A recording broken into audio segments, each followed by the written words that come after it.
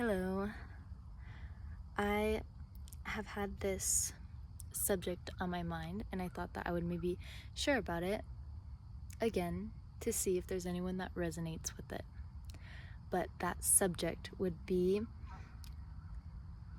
anxiety slash the feeling of having like a void inside of us. And I feel like there's a lot of people that feel this, but maybe they don't have the words to describe it, or they don't have the self-awareness to really connect with it, or the courage to really go into this feeling. From my perspective, I feel like we all kind of experience this feeling to a certain extent. It's just some people are more aware of it than others, and what it feels like when I say the void inside, it's like this feeling of like constant discomfort. And yeah, I guess discomfort is kind of like a byproduct of like the human experience, but oftentimes we'll see that people, to get rid of this discomfort, will shy away from being their authentic selves.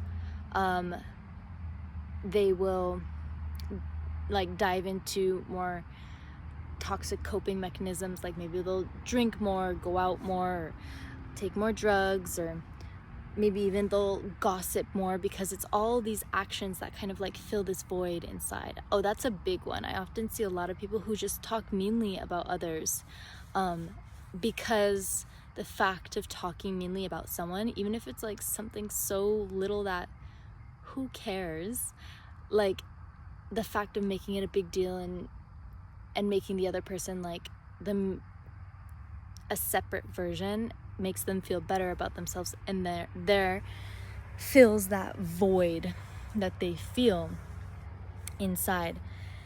And yeah, I was just talking with one of my friends about this, and sorry, there's a bunch of mosquitoes all around me. But I was just talking with one of my friends about this, and we're actually talking about this void in the concept of love and like in relationship, and how oftentimes like we are kind of sold this idea that once you get into relationship, that it's like, oh, like work is done, you now have the relationship, you got the hard part, you got the person, and you kind of just like can stop working hard. And that is probably the complete opposite of what it truly is. And this, like, again, we see this void that kind of appears in relationship. It's like a lot of times, like they say that like the first 2 years of your relationship is like the honeymoon phase, whatever, you can believe that or not, where you're kind of like in this rosy state of life, and you're like in love, and you're just going off the hormones. But then once these like good feeling hormones kind of run out, a lot of people like often break up, or they start to have really problems. They stop having sex, they stop having intimate moments, and they're like, they just accept this as, oh, that's how it's supposed to go. You know, like when you have a 50-year marriage or 30-year marriage, like you just stop having intimacy, you kind of become like roommates. And why do we accept that as our reality? Why can't we encourage intimacy and encourage like this constant work, so that we can continue to live that like honeymoon phase for the rest of our lives? And the reason why is because there's a lot of people that just, first of all, have never been taught the toolkit of how to do that. And second of all, it's really hard work. It's like the hardest work. And oftentimes like relationships can be the most enlightening and most painful experiences, because you're dealing with like your inner child. You're dealing with all that shit that you keep so guarded deep within your heart, and that person, the person who's the closest to you, who sees the most of you, is bringing that up. So all of your anger, all of your sadness, all of your grief, all of your toxic ways of relating come out, and it's like, okay, can this person handle that? And are they gonna be a support system, or are they going to do the opposite and like make it worse, kind of thing?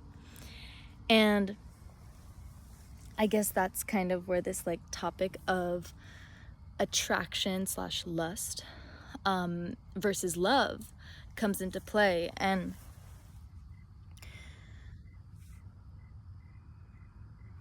we often find ourselves attracted to things that we see in other people that we would actually desire for ourselves. Let's say, for example, I'm self-conscious. So every single time I see like a man or a woman who is really embodied in themselves and confident and looks like they know what they're doing, I'm like, like I want that, because I find it sexy, but also because I would want that for myself.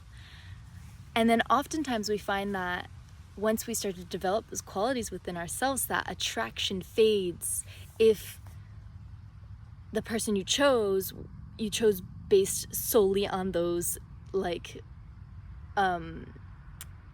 qualities. I hope you understand what I'm trying to say. It can get pretty ambiguous, but all of this to say is that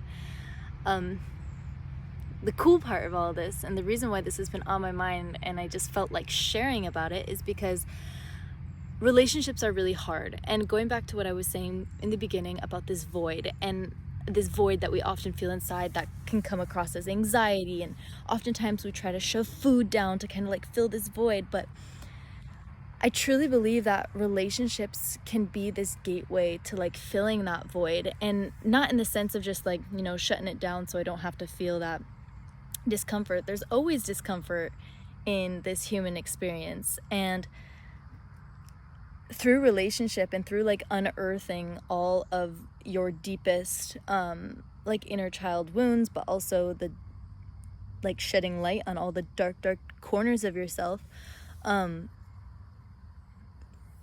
that's how you kind of open the door to true love. And when I say true love, what I mean is like truly accepting this person as a constantly evolving being, and falling in love with the person that they are in this moment, with the possibility of who they could become, and also falling in love with the fact that you will have to allow all the old versions of this person die. And knowing that with one person, if you choose to be in a monogamous relationship, it doesn't have to be boring. It can be so enlightening and exciting because you get to see so many different versions of this one person. You don't always have to seek instant gratification from pleasure from multiple other people. You can expose all those different sides of yourself and of that person and experience that in one relationship. And I feel like that is the basis of like a very foundational, like a very solid relationship that you can have. And this doesn't even have to be in like an intimate way. This could be with a friend. This could be with someone in your family. This could be with a coworker, you know, like that sounds pretty intense for a coworker, but hey, you do you. Like, I feel like we're just not really taught, unless maybe you were taught this, but I was not taught how to navigate like these feelings that come up in relation with other people, especially intimate relationships, right? Because that's like the hard, it's so hard. Like, it's, you know, sometimes you feel like you're so alone, like, and you often go in between this spectrum of feeling like so in tune and then so alone, and you're like, wait, I don't get it. Like, I'm in a relationship, wasn't that supposed to be the end all? Like, I'm supposed to feel this sort of security or comfort. But yeah, I mean, if ever, just trying to bring this all like together, sometimes we fall into relationship with other people to fill a void that we feel within ourselves, and we hope to fill this void just by being in a relationship with this person. But we often find that it's not filling that void, it's not working. And so we start blaming the other person, and we're like, you're not doing what I need, you're not doing what I need, you're not doing what I need, and that's the reason why I'm upset. When at the end of the day, the reason why you're upset is because you're choosing to be upset about a situation or about a feeling that you feel on the inside that you're not able to pacify or like calm. And that true love really comes from navigating those feelings and navigating that void, like having the courage to dive so deeply into that discomfort that you feel on the day to day, and to be like, hello, like, why are you here? What is this telling me? Why am I feeling this sort of discomfort? Do I need more nature? Do I need more connection with others? Do I need a deeper connection with myself? Do I need to move my body? Do I need to drink more water? And then start asking these questions, and somewhere along the way, you learn something. Maybe it's not the full answer of why you feel that void, or why you're in this relationship, or why this relationship isn't working out, but you learn something. And then you continue that process, and you learn another thing and another thing. And you just keep learning, and then all of a sudden, like 3 years down the line, you've learned so much about yourself, about this feeling, about relationship, that you start to gain some sort of confidence in addressing these feelings. And you start to see that, okay, that void that I feel inside is actually the greatest blessing, rather than something that pains me, because it actually shows me what is in alignment in my life and what is not in alignment. And sometimes it's a hard lesson to let go of the things that you really want to be in alignment but truly aren't. And that's just the fun dance of life, which is a big game of surrender. How much can you surrender? And I mean, I'm still practicing that so hard. It's not easy at all. But I hope that this message, like, just reaches out to someone. I don't know, whether you're navigating that feeling of like void or anxiety, or how to operate within a relationship.